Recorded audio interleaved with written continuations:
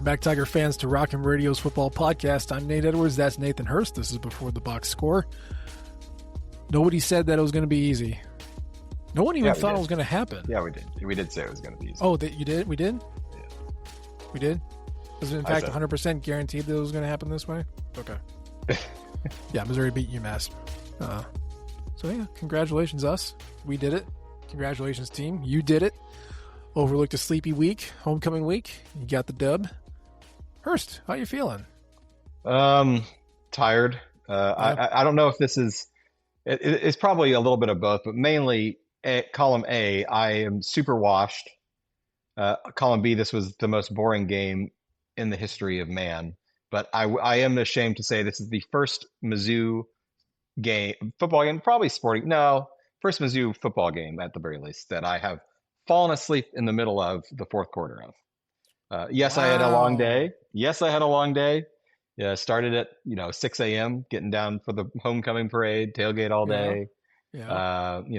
Get to the game, get home early. If we didn't even make it, decide not even to make it to the game, come home early. Just a long day. Watch the game from home. And by the middle of the fourth quarter, man, it was getting the eyes were getting heavy in there, and the game was not capturing my attention. And I did fall asleep for about 3 minutes, and then I woke up. Okay. I did not miss a single thing. The score was the same. And I think UMass might have gotten. I missed them breaking the 100-yard total yard mark when I fell asleep. But I was able to stay with it the rest of the day. So am I washed? Definitely washed. Yeah. But was this also the most boring football game of all time? Yes, this is also the most boring football game of all time. Can we just figure out why? My big takeaway, kind of from the game was that it was never in doubt, but it wasn't enjoyable.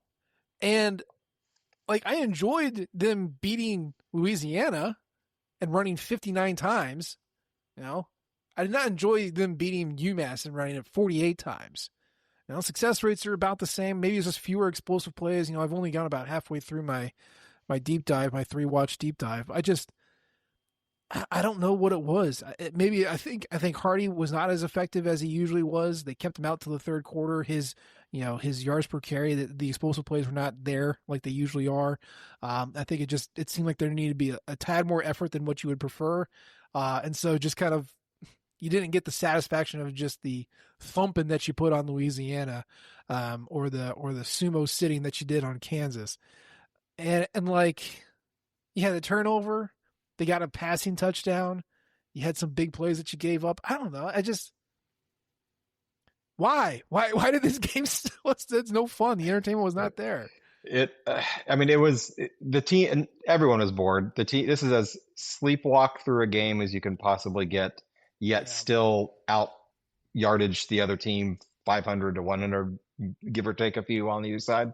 So as to be as sleepwalking as you can get and still utterly dominate. I think is really because the team had very little energy, I feel like, overall, which I don't necessarily blame them. This is 5 straight games, 5 straight home games. You've got to buy, and then the biggest game of the season coming up.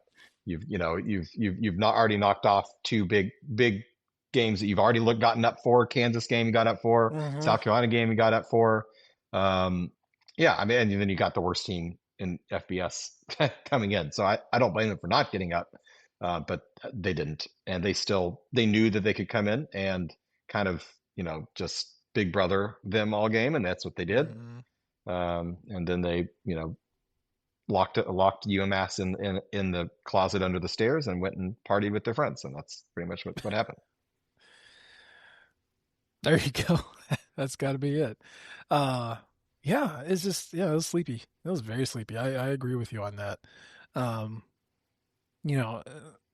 said Ahmad Hardy was not as effective as he usually is. I mean, his worst success rate so far was 42.9% rushing success rate against South Carolina and a 42.3 against Kansas. This game was 54.2, which is not his best, certainly not his worst, but his worst against, a non-power program. 5.4 yards per carry. That would put him at much less than what he did in Louisiana. I guess this is his lowest since the Kansas game, where it was 4.2. So I think that might be part of it too. It's just he was not as spectacular, impressive as he had been. Not to say that he wasn't, because he broke like a billion tackles again and ripped off some big ones. But his yards per carry was the lowest so far against non-power teams. His success rate was the lowest against non-power teams. They kept him out there into the third quarter so he could get over 100 yards, and then just kept him in there. And it felt like, I don't know. Yeah, it was just kind of like walking through mud.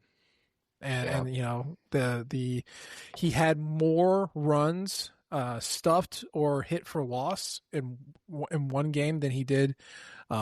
Basically, it was 13 heading in, and he had 4 for this game by itself. So, do the quick math on that. It's almost 20%. Of his tackles for loss or 0 yards came in this game. The offensive line gave up 4 sacks. Now everybody played, but I don't know. It was not. There's not this thunderous victory. There's not like this resounding stomping. Like numerically, yes, this game was never in doubt. It's just, I guess it didn't feel as dominant as you would expect going up against literally the worst team in FBS. And yeah, 5 straight weeks of games. I think even the broadcast said something along the lines, I think the fans are getting tired of having to come out each week. I think Eli Drinkwitz mentioned it too. Like, usually at this point you've had a road game where you don't have to do this in 5 straight weeks. Yeah, that was one of them, and I fell asleep in the fourth quarter. You fell asleep. There you go. You didn't even go. You fell asleep. Yeah, you just get worn out. So didn't even make it. Made it to all the festivities, but didn't make it to the game. So it was. Yeah, it was.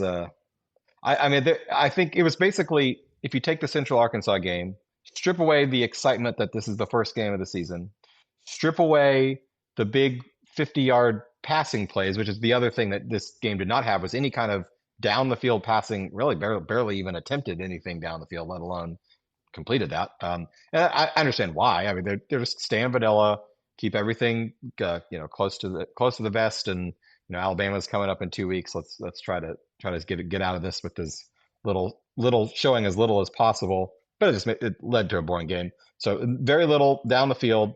Is Central Arkansas without the fun stuff.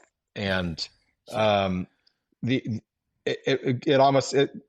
was frustrating because the offensive line really didn't play great, not nearly as dominant as they should have been, which is why Ahmad Hardy didn't break as many runs. I mean, he broke a lot of tackles because he had to, because he was getting hit at the line every single time. So really kind of a little discouraging in my opinion, on how the offensive line played. That wasn't great. 4 sacks, as you mentioned, 4 sacks against a UMass team that doesn't get sacks. So I don't know. I mean, that's concerning. When you go back and look at them, were they all on the offensive line? No. Perbula's having some trouble, identifying when and where pressure's coming. Nickel blitzes. Yeah. And if UMass knows to try that, I guarantee you that Alabama knows to try that. So you're gonna have to figure out how to identify those sooner. But so that was one. Another one, he held on to the ball a little too long. Just got to get rid of the ball. The other two were on the offensive line. But add that to the running game was fine. I mean, it was good. They had 268 yards on the ground. They moved the ball as when they wanted to. It just there wasn't any of those giant road grader holes that you would expect when playing a team of UMass's quality. So it was boring. Defense did their job. They 119 yards. That's what are you gonna argue that? Or 124 yards, I think. Is that what it was? 124 yards total. You're gonna take that. That's great. Also boring. Only one turnover, only 1 sack. So not a whole lot of flash on that side of the ball either. Yeah, and really no sacks because it was a potential grounding. But 519 at 136 on the yardage total. To the explosive play point, 4 explosive passes, none of which went further than 20 yards. As a reminder, explosive pass is 16 yards. So you have 1 16-yarder to Norfleet, a 17-yarder to Johnson, a 17-yarder to Coleman, and a 20-yarder to Morris Jones, which was a great pass and great catch, but that was one. Yeah. And you had 9 explosive rushes, which you tend to have way more than that, and none of them really there's one that went for longer than 20. two that went longer than 20, but like it wasn't there. So yeah, the flash wasn't there, and you're kind of hoping to see that. But also it was late. It's UMass. Just pack it up and go home. I get it. I'm not complaining. Get out of there without any. Yeah, no complaints. It just is what it is. It was not that long ago when Mizzou would lose to Middle Tennessee on homecoming. So I am not complaining. At the very least, this would be, a 34-17 game against Abilene Christian, where you're frustrated and, even if you're not in danger of losing, still very frustrating. This wasn't a frustrating game. It was just a boring game. It was just kind of, why are we here? What, other than, the fact that we have to play 12 games, that's the only reason we're here. Yeah. And so they got out of it without any injuries, at least anything that looks to be any kind of serious. A couple of guys maybe got nicked up a little bit, but nothing, at least as of now, that we know of that's serious at all. So, take the W and move into the bye. I think that's all you can take from this one. Keys to the game: don't get injured. You had a little bit of a scare with Ahmad Hardy. Dre Norwood did not play. Soft tissue issue. Boy, I could fix that in post. Let's find some better way to say that. Soft issue. Soft issues in the tissues. He's got issues with tissues. Yeah, I don't know. We're going to stop that one. But yeah, you didn't see any field goals. None attempted. Obviously, little Bobby Myers made all of his extra points, which good. Like to see a field goal here or there, but whatever. On defense, they gave up some big plays. And two of them weren't caught. Jaquan Gibson's good. Also, has got thumbs for fingers and dropped wide open passes. But even then, again, if you're defining an explosive pass as 16 yards or greater, they had one explosive pass. It went to Jaquan Gibson, 24 yards. And they had two more that were dropped. That would have been huge. 30 yards plus. Yep. Just big old holes in the secondary. Now, that was third and fourth quarter, so it wasn't the starters. Okay. And from a rushing standpoint, don't count sacks, but they held them to 15 rushes, 33 yards. It's absurd. Absolutely absurd. I mean, I know this team is good. We all know this team is good. They also haven't played anybody, frankly. The best team on there was Kansas 27th, and that was a 46th best defense. South Carolina's defense was 30th, but that's a 50th best team in SP Plus before everything gets updated for this week. So they have not played anybody worth their while. Alabama currently 4th. Just beat Georgia. 7th offense, 6th defense. Like, it's going to be a rude awakening, and you got 2 weeks to figure it out. But I didn't really leave anything feeling good about after UMass. It's just more like holding steady. Like, hey, Ahmad Hardy's still good. Hey, offensive line still pretty good. You just didn't see anything that made you feel confident or to build on, and maybe that just wasn't the point. I'm okay with that. There's not a whole lot more to say at this point. Yeah, there's nothing that you leave this game feeling scared about or worse about than you did going into it. But there's also not a whole lot you feel any better about in terms of talking about the issues and the things this team needs to get better at. Those things weren't worse. They weren't, but they also, if they were significantly better, it doesn't matter because it's UMass, So this is a game that is a obligatory game. You are obligated to play this game by contract, and once again, you have to play 12 of them. So I guess you got to play somebody. But other than that, it's done. So I kind of want to stop complaining about it. Sure. I want to give credit to Bo Pribula, though. Broke Chase Daniel's record of consecutive passes completed. Not a lot of hard passes.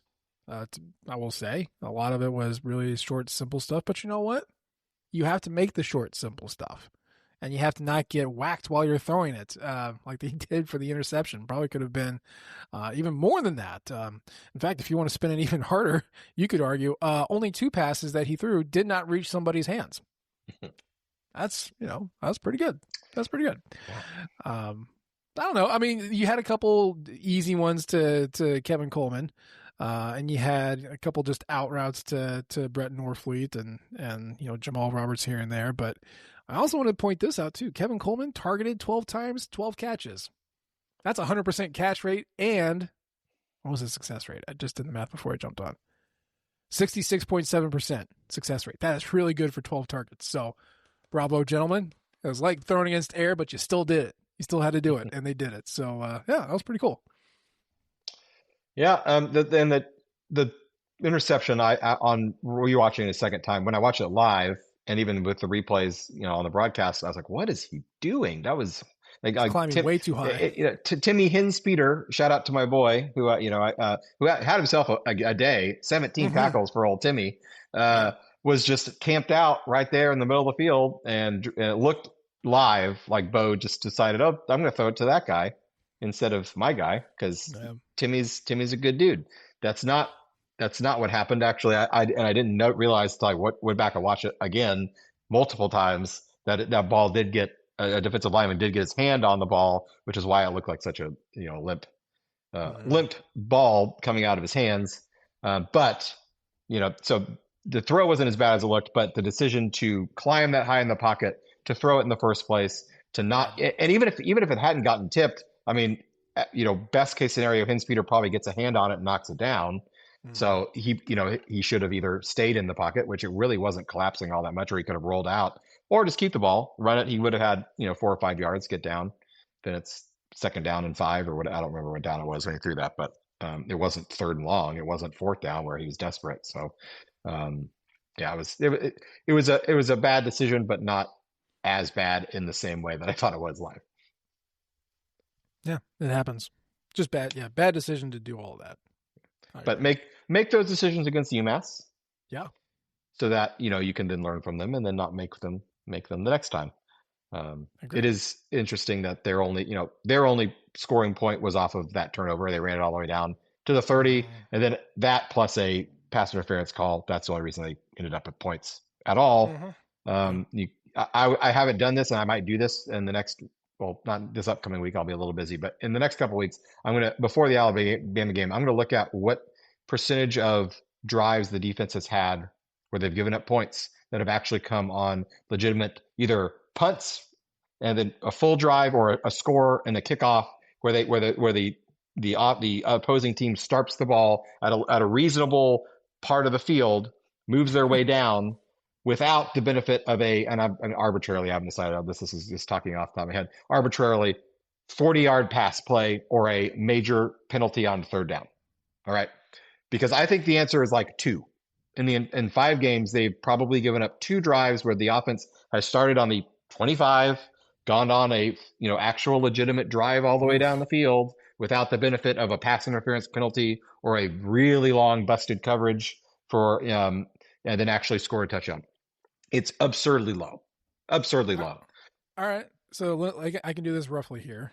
And I don't want to steal your article, so we won't touch too much. I don't even know if I was right about it, but I was just gonna maybe I'll we can talk about it now though. We don't we've only been we got 30 minutes to kill. Yeah, we're trying to kill time. We have nothing else to talk about in the game. So Central Arkansas scored from their 37. Not any explosive plays. It took like 7 plays. But was that when they had the pass interference on Toriano Pride on that drive? Because there was one. There was one drive where he got a penalty. I don't know if they ended up scoring on that drive or not. This was the end. No. Oh, that was the very end of the game. That's right. That was against like the 3rd stringers. Yeah. Okay. So maybe I'll add that additional caveat. The 1st string defense. Okay. All right. We can do that. All right. So Kansas scored from their 38-yard line. No penalties. Okay. That would have been their first. Daniels to grow in that 24-yard to the tight end, got him in scoring position. Okay. That's a real drive. We'll give that one. So that's 1. They also scored from their 47, which that's about halfway through to the, was that off of a punt? Was that off a punt? Or? Some kid named Nagy returned it 22 yards. Okay. Yeah, so hell, and that wasn't the play. That wasn't the drive where they had like the long 50-yard pass down to the 2. It was Daniels to Wentz for 50. So okay. Swipe that out. Yeah. That one doesn't count for this. Right. For this, we're not going to count. So we're still at 1. Okay. Nope. Mizzou scored on that one. What else did Kansas score on? They started at their 35 and got a field goal. Wait, we're not counting field goals, are we? Yeah, I for the purpose, let's call it a field goal because they've given up very few field goals too. So sure. Okay, sure. So they started as long as it wasn't 35. aided by a 40+ yard pass or a 15-yard penalty. No, wait, that was the face mask from Darius Smith. Yes, and that was on third on down, and it third down. extended the drive. Yeah, so wipe Okay, that one we'll out. throw that one They're out still at too. one. Okay. Did not score there. Did not score there. They started on their 7. Kansas started on their 7. 25-yard pass, 19-yard scramble, 12-yard pass, offsides on Zion Young when they're on the 11, took it to the 6, and they had a touchdown pass. Do you Okay, want to so that's count 2. that? Yeah, we'll count Okay. that. Offsides does That's 2. not. That doesn't count. That Okay. is Cool. All right, so 2 so far. That's through the Kansas game. Now let's take a look at Louisiana. Louisiana. The answer is 0 because they had a 180-yard run, and that was the extent of their score. And that we'll call that a massive. We'll call it massive explosive play. Is the moniker is MEP. MEP. So none for Louisiana. And I'm their not field sure. goal came on a short field too, by the way. Yeah, it was intercepted when he tried to throw it after the interception. Yeah. All right, so then we get to South Carolina. Let's see what they did. So they scored from their 33-yard line. Sellers to Rowe for 11, a 6-yard run, a 5-yard run, a false start on the offense. What is this? Oh, it was a 49-yard touchdown to that Jacobs kid. Yeah. Wipe it out. Doesn't count. Okay, so we're not counting that. Okay. This is a fun game. All right, so they scored from their 30. Sellers to Jacobs for 20. Sellers to Rowe for 15. Sellers to Rowe for 24. Okay. Was that off of the interception, though? That was off an interception to Josh Manning, yes. They started on their 30, though. But okay, I'm fine with that. Sorry, we'll give it to them. We'll give that one to them because it wasn't like the other 2 where they were returned all the way, like the Kansas one and then this most recent one. So we'll give it to 30. Okay, right. So we're at 3, right? Yeah. 3. Okay, and then they scored. No, this is a field goal. They started on their 37. 10-yard pass, 2-yard run, 4-yard run, 45-yard pass. Yeah, wipe it up. Doesn't count. Okay. And then they scored another field goal. Started on their 26. Run for 4. 31-yard pass. Damn it. Wow. That one's under 40 though. We'll keep that one. Well, okay, so there's two explosive plays. There's a 31-yard pass to Brown and then a 33-yard pass to Nick Harbor. That was when there was like 3rd and 37. Yeah. Oh yeah. Yeah. That was pretty ridiculous. I'll give it to him though because I had set the parameter at 40 yards. Okay. So. Okay. We'll give it to them. So that's 4. That's 4. South Carolina. Nope, they didn't score there. Didn't score there. And didn't score there. Okay. So we're all caught up. How many is that? 4? 4. So in 5 games, and I don't know how many defensive drives, we'll call it, probably 50. I could tell you. 11, 55. 21, 32, 43, 55 drives. In 55 defensive drives, they've given up 4 scoring drives. That's touchdown and field goal. 4 drives where the opponent started on their own side of the field and did not have a play of more than 40 yards or was not the drive was not extended by a 15-yard personal foul penalty. And really that caveat was just that one drive with the Darius Smith face mask. So that only disqualified one of those drives. So that's outrageous. I don't care who you're playing. The fact that they've only given up 4 actual scoring drives without some weird thing happening is really promising if they can prevent the weird. Can you prevent the weird things from happening? And then that number, you can stop pass interfering passes. You can stop giving up 40 or 50-yard pass plays because the safety is in the wrong spot and the cornerback thinks the safety's over here, or the cornerback just gets completely burned. You can be better. Be better, be better 3 or 4 more times than you're looking at instead of giving up what they're scoring. They're already very high scoring defense wise. Yeah. But they're probably averaging after the 6-point game like 15 points a game. That number would be down to 8, and that's like top 5 in the country. It's going to be explosive plays because that's kind of always the kryptonite, especially in any football, certainly college football. But the way I think they've been able to mitigate that is by time of possession. That's the other wonky stat. Once again, we were in a situation on Saturday where time of possession, which doesn't really mean anything, but just for my argument here, it does. 38 minutes and 43 seconds of possession versus 21-17. Like, that's extremely lopsided. Not as bad as other games, but it is. In fact, if you go back, the total amount of time that the defense has been on the field. Okay. Our defense has been on the field for 1 hour, 52 minutes, and 33 seconds. Okay. Played 5 games. That's 300 minutes. And they've been out on the field for 112 of them. That means when you're watching a Missouri football game, Missouri's defense is 37% of your watching entertainment. And that That's also absurd. means that all of those defenders are as fresh as you could possibly be for having played 5 Division I football games. And that's amazing down the stretch when you start getting to game 8, game 9, where you're playing against defenses that have been on the field for, instead of a third of the overall time, they've been on the field for 50% of the time. I mean, those minutes add up. And instead of, let's say, just extrapolate that out, 3 more games, let's say that's, if they've been on the field 100 minutes, 60 more minutes that they've been on the field, that's 165 minutes that they've been on the field compared to 250, 300 minutes for the opponent.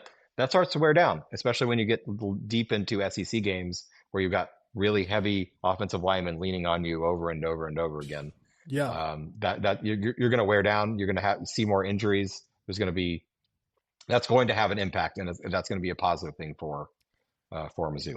100%. And I don't even know, like, do you want to take it like, oh, it should be 100, should be half and half, right? Yeah. Offense should be on the field 50%, defense should be on the field 50%. Well, okay, at that point, Missouri's defense should be on the field for 150 minutes. They're at 112. It means they're 38 minutes less than the average, let's just call it an average college defense. Okay? Which is like a full game at this point. It should, yeah. A full game less. That means they're facing 7.6 fewer minutes per game, right? Than the average. Again, we're just calling it half being the average. Yeah. So if you extrapolate that over the next 7 games, that's another 53 minutes. Like this is a group that should be daisy fresh, 66% of the way through the year, and it just minimizes injuries, minimizes wear and tear, also minimizes reps, which apparently are secondary needs. But that's what practice is for. Yeah. And that's only going to be compounded by the fact that they've got a bye this week. Alabama does not have a bye. They get to play. They played Georgia. They played Vanderbilt. They won. They beat Georgia at Georgia, but they got absolutely pounded in the process. Then they get to go play Vanderbilt, and that's not going to be a walk in the park by any means. And all the while, the Mizzou Tigers will be sitting back in jacuzzis and hitting the sauna and hitting the massage table and the cold plunge and whatever relaxing / recovery methods of your choice. For the next 2 weeks, and not having to just chase after Diego Pavia and get really mad all the time. He hastily whip up a 3D printed ligament for Caden Green to put back into his body. Well, I guess they fixed it, but whatever. I mean, he could be back by that game. We don't know yet. That is TBD. I mean, earliest timeline would be the Alabama game, so we'll see. Also, Jay TBD, still good. I mean, this is the place you want to be. You want to win sleepy games. You want to be unimpressed with your team's domination at 5-0. I think, any college football coach, their favorite thing, win a game, have things to teach. Oh my God, they can't be happier when they have things to teach and you're still winning games. I think he even said in his post game, like, hey, it's nice to not be great and still be, undefeated. That's pretty dang good. And speaking of teams who haven't been great and are defeated, Arkansas, buddy, you fired Sam Pittman. You got beat by Notre Dame by quite a bit, and you looked pretty lost on defense while doing it. How do you feel about the old Sammy Pittman getting the can? I mean, at this point, it was inevitable. There had been. I mean, you can't give up 42 points in the first half to any team at home, and then expect to survive. Especially, I mean, Notre Dame is a very good team. They're not a team that scores 42 points in one half. They've been playing for hundreds of years, and this is the first time they did that. And even but especially even under the current regime, That's not how they play. They are much more like Mizzou in terms of their style of play. They want to control the possession, control the Mm-hmm. clock, shut you down on defense, bleed the clock down, and win that way. They've got a very good running game, very good running backs. But yeah, it was. I mean, I was watching that game, and it was bad. It was like just quit. Just I mean, the keyword got thrown around. Especially I mean, especially well, you look at their offense, move the ball okay. Their offense is okay. They're not Oh yeah. amazing. They're okay. And then they come out in the second half and get shut out against Notre Dame's third stringers. That's where the That's keyword bad. starts to get tossed around. So That's bad. um, it was rough. It was inevitable, especially after that game. I mean, I don't think even if they had kept it close, relatively close, and lost by 2 touchdowns, he might not have gotten fired this week, but it was going to happen by the end of the week, by the end of the season anyway. So I kind of Yeah. understand why they want to get a. They know they're not going to be the only SEC program looking for a coach this year, so they want to get a head start on that process, which makes sense. I get it. I mean, there's obviously, first mover theory when it comes to kind of market analysis and wanting to get out, like you said, get out there and let people know that, you're on the market, let's talk about stuff. But I feel so much. I was listening, I forget who was talking about it, but somebody was talking about like the kind of the first mover theory, first to market theory, and how that doesn't really hold a lot of weight anymore because it's so much less about, um, throwing as much money as you can at the best coach that's out there and more along the lines of like attracting a coach to your job. And if you don't have an attractable landing spot like UCLA or Virginia Tech, like if your AD is making pleas to their version of the board of directors of like, please give us more money or else let's not do this anymore. Like it's going to, whether you're first or last, candidates are going to have serious questions about your infrastructure, and if you don't have answers for that, then it doesn't matter if you're out there. Other than you're just whipping through interviews faster than everybody else. And I think there are questions about Arkansas. Obviously, the Chicken Man ponied up to get John Calipari there for basketball. Like I get that. The rumor around Arkansas is like it's fine from an NIL standpoint, but you're not going to win a lot of bids for players. Your natural talent does, lead to, defensive ends and receivers and that kind of like a more spread out, passing oriented defense and like rush the passer defense. But you're also in the SEC. It's hard. Like there's somebody's going to take it because there's SEC money behind it, but I don't know if Arkansas is as attractive a job as Arkansas thinks it is. And I know I'm a Missouri fan, but like there seems to be some rumbles about what they got going on there. Yeah, they're a lot like a even less accomplished Nebraska in terms of what their fan base thinks that they are now, Yeah. versus what they perhaps were in the '60s. At least Yeah. Nebraska has history into the '90s of being a dominant program. Yeah. When we're alive. Yeah. It's if you compare the resume of Mizzou since they've been in the SEC and Arkansas since they've been in the SEC, it's not comparable Yeah. in terms of the overall success. And yeah, they have more SEC wins. They've been in it for 3 times as long. But in terms of winning percentage in the SEC, in terms of making the SEC championship game, in terms of head-to-head rep, it's really not close. And any Arkansas fan would be very flustered to hear that, but it's just the truth. Yeah. That's just the truth. And they're, the money people there, I think we're just tired of Sam Pittman. I like Sam Pittman a lot. I probably like him more because he doesn't beat Missouri all that often. So I recognize my bias here, but he just seems like a good dude. And then you whiplash to the exact opposite kind of dude as your interim with Bobby Petrino. He's just got all sorts of fun of job abandonment and spousal cheating and all that sort of stuff, and just like, wow, what a garbage human being you're got running your program now. And he wants the job again. For our younger listeners, he was the coach at Arkansas for a couple of years when they were really good. Then he crashed his motorcycle with his mistress on it, and there he goes. But he's got a long track record of abandoning teams. He left the Falcons halfway through the year. He left. He left Louisville. Basically, every team he leaves is way worse after he left. There's this like meteoric rise, especially on offense, and then just a tumble, and then he leaves, and it's like a crater that everybody has to climb out of. He's not a good program builder. He's a good offense coordinator, not a good head guy. But I know it sounds like the money people want Rhett Lashley out of SMU, who was their offensive coordinator for a couple of years. That makes a ton of sense. I don't know if Yeah. Rhett wants to do that, but we'll see. They could hire me. I can crash a program for way less than Bobby Petrino. Yeah. And, I would only take $1 million to do it. Yeah, yeah, I'll do it. It's Yeah. fine. And I won't crash a motorcycle either. Crash your program, not the motorcycle. Better person. There you go. Um, There you go. Also, as long as we're talking about rumors and coaching, obviously Florida's uh, less than impressive this year. I just want Mizzou fans to be comfortable.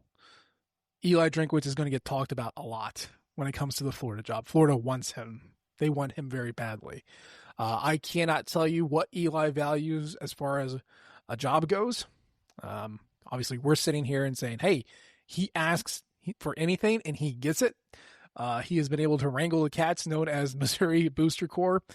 He's gotten laws changed in the state for him. He's lifted this program from a recruiting and a program building standpoint that we've never seen. He's won 25 of his last 30 games or whatever number we're at this point. Yes, he runs his head up against top 10 programs, but so does everybody, man. Like he has lifted this program beyond what we ever thought it could be, especially in the modern era. So yeah, there's going to be a lot of programs that are interested in him, and there's a lot of swirling around Florida at this point. So if he's a money guy, I'm sure Florida can make a decent offer. I'm sure Missouri will counter. But what I will say is don't get mad about it. Be excited that the University of Florida wants the University of Missouri's head football coach, and just understand that if he is taken, this program is in such a better state than when he came in, that it is a great statement for Mizzou's coach to get poached by Florida.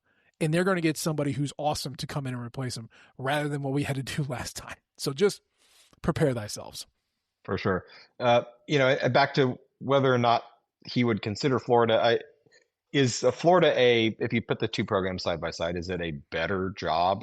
You probably would say yes. I think if you had to rank them two, combination of recruiting area, overall budget, the fact that you can win, you have proven to have won national championships there, and multiple in the last 20 years. That is there, but I do think that the current state of college football makes a job like Florida in comparison to Mizzou much more on even ground. Mm-hmm. If this was 10 years ago, it's a no-brainer. If you're at Mizzou and Florida wants you, you take that job. That's not necessarily the case. Not the current state of the Mizzou program, the amount of work he has put into this program in the last 6 years to get it to where it is, the blood, sweat, and tears there, where the donors of this program currently sit versus where they were 6 years ago.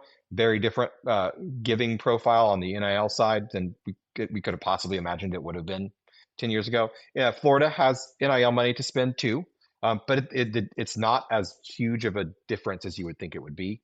Also, in terms of budget and salary wise, Drinkwitz makes more money than Billy Napier does right now by not a small amount.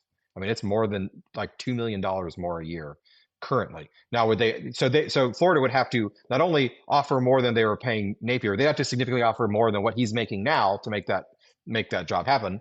Do they have the money to do that? Yes, they do. But that leap there then doesn't mean Mizzou would have to go that far out of their shoes to match it either, which would certainly happen if he was to get an offer and then choose to stay here. That would also probably come with a hefty raise. But if it gets to that point, it would. That you could argue that it's deserved, because I think they would go after. It would probably take Mizzou finishing 10 wins again, a third straight year, for them to be able to convince their own donor base that that's the move to make at that point. So there's a lot of up in the air there. Yeah. Who knows what'll happen? I agree that Florida probably does want. He's in the running for that job. He's not. I don't think he's going to be the only candidate. He's not going to be the guy that they put on their board number one. We were not going to go home until we get this guy. There are other candidates, but he's on the list. He is definitely on the list. He was on the list last year when they were kicking around whether or not Billy Napier was going to go. Mm-hmm. So it'll be interesting to see. But I agree that if he were to leave, whether it's to Florida, whether it's to anywhere else, the way where the program is now means that they will the pool of candidates that they will be pulling from, if they were to have to pull from a pool of candidates is significantly better than the pool they had to pull from when they hired Drinkwitz, and that worked out great.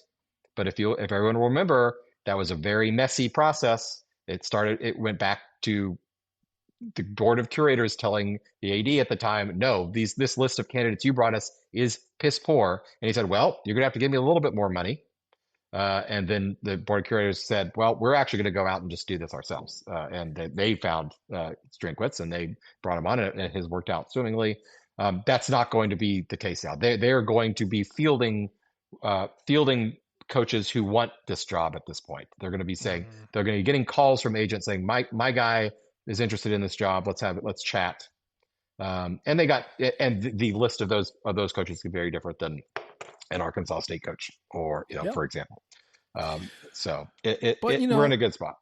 To Arkansas's credit, and really Mizzou's credit, and any SEC team's credit, 15 years ago, to win a national title, you had to be one of the top 2 teams in the country, and there were like 10 teams who could claim that. 10 years ago, you had to be one of the top 4 teams in the country. And again, it's about the same 10 or 12 teams that could claim that, and that was it. Now, currently, you got to be one of the top 12. And in the near future, it's probably going to be 16. And, oh, by the way, the SEC is probably going to get 4 guaranteed slots. So really, you have to be a top 4 team in the SEC, which Missouri has done several times since 2012. And if the money you spend on players is pretty similar to a Florida, which I don't know for sure, but let's just say it is, and your path is the exact same, do you want to start all over and rebuild at a blue blood? Or do you want, take the challenge, because, coaches love challenges, or do you want to say, I've done the challenge. Now I'm just trying to make it to the playoff, trying to win a championship. Like that's the challenge I'm embracing. I don't know where Drink's mind is at this point, but he's going to listen to what they have to say. You'd be crazy not to. I encourage him to take the call. I agree with you. I don't think the gulf between Florida and Missouri is as large as it has been in the past because of all the changes that have come down the pipe. But you have a job. I have a job. If someone's asking to hire you away, I'm sure. What are you gonna do? Right? Let's see what you got, and then you go back to your employer and say, "What do you got?" You don't get to be the prettiest girl in school all that often, so you want to take advantage of it when you can. So, yeah, just be prepared for it. But that's okay. Missouri beat UMass. It's a bye week. UMass, and they got 2 recruits that we haven't mentioned yet. Yeah, they got 2 recruits. And we're getting late on time here, but I just wanted to shout out JUCO defensive lineman DeMarcus Johnson, who was, I believe, rated the number 1 JUCO product in the country, which is really exciting. And he had a great offer list. LSU, he only made 2 official visits, and LSU was the other one. So that tells you a little bit about who else wanted him. I think a couple other, Mississippi State wanted him as well. A couple other SEC offers.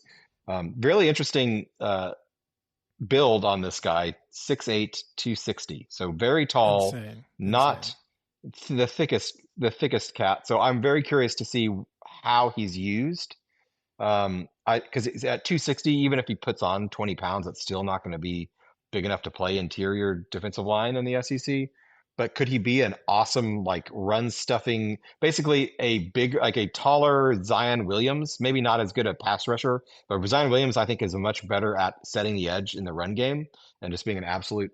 Zion Young, right? Zion Young. I'm sorry. Yeah. I was watching Zion, Zion Williams. Zion Young. I was watching Zion Williamson highlights earlier today. Zion Young, really good edge setting defensive end. Pretty good pass rusher, but I think he's much better at stopping the run. Could this guy be a similar mold as that? At 6'8", it's hard to throw passes over him. So will he? Can he bat down a lot of stuff? I'm very curious to see how he's used. Yeah, and then Micah Nickerson, 4-star from Magnolia, Mississippi, former Columbia kid. My town. 4-star from Magnolia, Mississippi, defensive end, 6'5", 215. Yeah. So, he's building up that defensive line in the class. Now 12 commitments. It was already a very small class. It'll end up being a very small class. Yeah.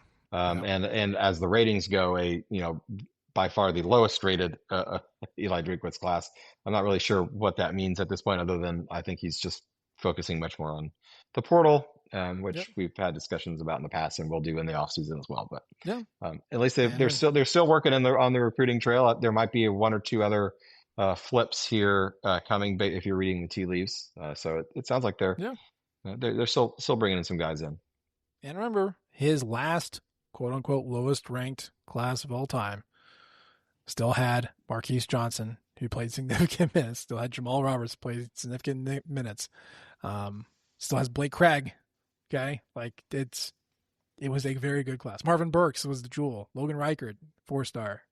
Josh Manning, who's playing now, played as a freshman. Brett Norfleet played as a freshman. Like that was his lowest ranked class, and you saw more freshmen playing than any other class so far. So just it's gonna be okay. But yeah, it's getting late, so that's gonna be the show for today. It is a bye week, so we will not have a Wednesday show. I know you're sad. We're not. We're gonna enjoy it. Nathan's gonna move. I'm gonna, I don't know, not record, I guess. But we'll get back to you next week as we get ready for Alabama once we get through the bye week. And that's the show for today. As always, we appreciate the downloads and the subscriptions. You can leave a comment or rate us. We love all types of feedback from you all. You can follow us on Twitter. I'm at Nate G. Edwards. He's at Burst to Hurst. And of course, you can follow the Rock M flagship at Rock M Nation and our podcasting outlet at Rock M Radio. We appreciate you tuning in this time. We'll try to do better next time. And until then, M-I-Z. Z-O-U. Thank you, everyone, for tuning in to Rock M Radio, a proud partner of Fans First Sports Network. Rock M Radio is the official podcast network of Rock M Plus, a new and exciting subscription service provided by me and the other voices of Rock M Radio. Please take a few moments to head over to rockm.plus and sign up for an account today. The cost is only $5 a month, and benefits include access to our live podcast, a subscriber-only message board, weekly newsletters, and more. If you enjoyed this episode of Rock M Radio and would like to see more just like it beamed directly into your personal device, make sure to click the subscribe button below and tell your friends. Our podcast feed is available through the Apple Podcast app for iPhone, Google Podcast app for Android, whatever app you listen to your podcast. You can also find Rock M Radio on Spotify. If you're looking for a podcast about your favorite team that is not Missouri Tigers, Fan First Sports Network is your answer. A full podcast network loaded with the team-specific podcasts covering Major League Baseball, the NFL, NHL, NBA, MLS, and more. And we'll be back with more episodes of Rock M Radio coming to you soon.